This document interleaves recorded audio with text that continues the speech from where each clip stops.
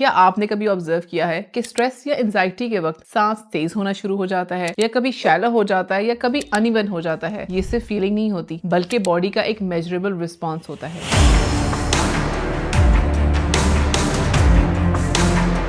Breathing और internal body के system के दरमियान डायरेक्ट कनेक्शन होता है, खास तौर पर नर्वस सिस्टम और एंडोक्राइन सिस्टम का, जो कि आपका हार्मोनल सिस्टम होता है। ब्रीदिंग सिर्फ ऑक्सीजन लेने का प्रोसेस नहीं, बल्कि ये ऑटोनॉमिक नर्वस सिस्टम को रेगुलेट करने का एक नेचुरल मैकेनिज्म है, जो कि हार्ट रेट, स्ट्रेस रिस्पॉन्स और हार्मोनल एक्टिविटी को इन्फ्लुएंस करता है। जब हम कॉन्शियसली स्लो और डीप ब्रीदिंग करते हैं तो बॉडी में कुछ इंपॉर्टेंट चेंजेस आते हैं। सबसे पहला चेंज, नर्वस सिस्टम की regulation. Deep breathing parasympathetic nervous system को एक्टिवेट करती है, जो कि रेस्ट और डाइजेस्ट स्टेट को ट्रिगर करता है। इससे सिंपैथेटिक नर्वस सिस्टम, जो कि स्ट्रेस रिस्पॉन्स देता है, की ओवर एक्टिविटी कम हो जाती है। नंबर 2, हार्ट रेट और ब्लड प्रेशर का balance. Controlled breathing vagus nervous system को स्टिमुलेट करती है, जिससे हार्ट रेट ग्रेजुअली स्लो होता है और स्टेबल होता है। इस प्रोसेस से कार्डियोवैस्कुलर सिस्टम पर स्ट्रेस लोड कम हो जाता है। नंबर 3, ऑक्सीजन डिलीवरी इंप्रूव होना। डीप ब्रीदिंग से एल्वियोलाई यानी कि लंग्स के एयर सैक्स ज्यादा इफेक्टिवली ऑक्सीजन एक्सचेंज करते हैं। साथ ही कार्बन डाइऑक्साइड का बैलेंस मेंटेन रहता है, जो सेलुलर मेटाबॉलिज्म और ब्रेन फंक्शन के लिए बहुत जरूरी है। नंबर 4, ब्रेन एक्टिविटी और इमोशनल रेगुलेशन। जब ब्रीदिंग का रिदम स्टेबल होता है तो एमिग्डाला, जो कि ब्रेन का स्ट्रेस सेंटर होता है, उसकी एक्टिविटी रिड्यूस हो जाती है, जिससे एंजाइटी, इरिटेबिलिटी और ओवर थिंकिंग कम हो जाती है और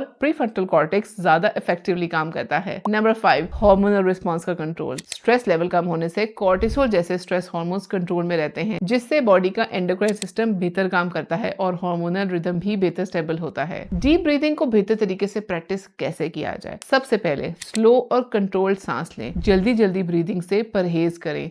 दूसरा तरीका, नाक से सांस अंदर लें और मुंह से आहिस्ता से बाहर निकालें। नंबर 3, पेट से ब्रीथ करें, यानी कि सिर्फ चेस्ट मूवमेंट पे ध्यान ना दें, आपका पेट भी अंदर खिंचना चाहिए और बाहर आना चाहिए। नंबर 4, रोज एक फिक्स टाइम, या सुबह या रात 5 से 10 मिनट इसको प्रैक्टिस करें। नंबर 5, प्रैक्टिस के वक्त पूरा फोकस सांस पर रखें, दिमाग को कहीं आगे पीछे भटकने ना दें। सिंपल पर्सपेक्टिव से देखा जाए तो ब्रीदिंग एक डायरेक्ट रेगुलेटरी टूल है, जो बॉडी के स्ट्रेस सिस्टम को इन्फ्लुएंस करता है। इसीलिए रोज सिर्फ कुछ मिनट की conscious deep breathing practice nervous system को स्टेबलाइज करने, हार्ट फंक्शन को इंप्रूव करने और हार्मोनल बैलेंस मेंटेन रखने में बहुत इफेक्टिव सपोर्ट प्ले करती है।